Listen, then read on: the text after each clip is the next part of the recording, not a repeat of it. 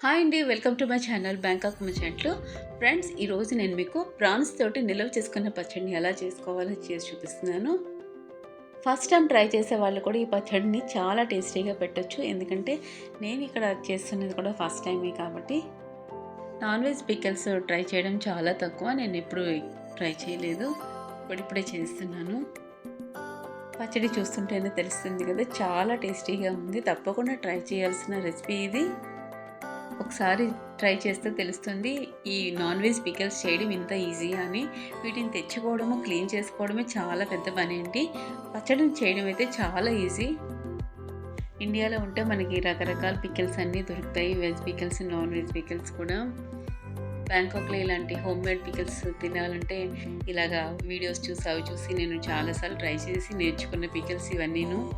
ఇప్పుడు ఏ పికిల్ చేయమన్నా సరే నేను చాలా ఈజీగా చేసేస్తాను. కాకపోతే నేను ఎక్కువ క్వాంటిటీ చేయను, ఏది చేసినా కొంచెం కొంచెమే చేస్తాను. 1 kg ప్రాన్స్ తోటి నేను ఈ పికిల్ని అయితే చేస్తున్నాను. ఇది పర్ఫెక్ట్గా కానీ కుదిరితే ఇంకా ఎక్కువ క్వాంటిటీ చేసుకోవచ్చు. కానీ పచ్చడి చేయడం చాలా టేస్టీగా వచ్చింది. చెప్పడానికే కాదు, మీకు చూస్తుంటేనే తెలుస్తుంది కదా. వీడియోని చూసి మీరు కూడా తప్పకుండా ట్రై చేయండి. ఇంతవరకు ట్రై చేయకపోతే లైక్ చేయండి, షేర్ చేయండి. బ్యాంకాక్ ముచ్చట్లు ఛానల్ని సబ్స్క్రైబ్ చేసుకోవడం అయితే మర్చిపోవద్దు. మరిన్ని రెసిపీస్ కోసం పక్కన ఉన్న బెల్ సింబల్ అయితే ప్రెస్ చేయండి. నేను ఎప్పుడైనా వీడియో అప్లోడ్ చేసినప్పుడు మీకు నోటిఫికేషన్ అయితే వస్తుంది. వీడియోని స్కిప్ చేయకుండా చూడండి. రెసిపీలోకి అయితే వెళ్ళిపోదాం. బ్యాంకాక్లో నాన్ వెజ్ చాలా బాగా దొరుకుతుంది. ప్రాన్స్ కూడా చాలా బాగా దొరుకుతాయి సైజెస్ని బట్టి. ఈ సైజు ప్రాన్స్ని అయితే పికిల్స్ కాటికి చాలా బాగుంటుంది. మీడియం సైజ్ ప్రాన్స్ ఇవి క్లీన్ చేసి ఇస్తారు, కానీ ఇది రొయ్యలకు పైన ఉన్న నరం మాత్రం తీయరు. అది ఇలాగ పైన ఒకసారి కట్ చేసి ఇలా తీసుకోవాలి.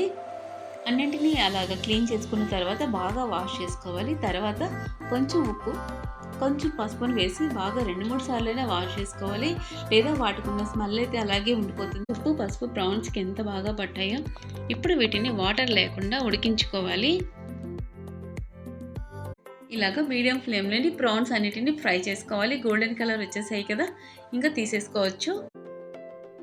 ఫ్రెష్గా ప్రిపేర్ చేసిన అల్లం వెల్లుల్లి పేస్ట్ని ఒక 3 స్పూన్లు యాడ్ చేసుకోవాలి. అల్లం వెల్లుల్లి పేస్ట్ ఇలా వేగిన తర్వాత ఒక 3 స్పూన్ల వరకు కారం యాడ్ చేసుకోవాలి. ఒక చిన్న బౌల్ తోటి తీసుకుంటున్నాను. ఇది 3 స్పూన్లు అయితే కారం పడుతుంది. ఒక 2 స్పూన్ల సాల్ట్ అయితే సరిపోతుంది.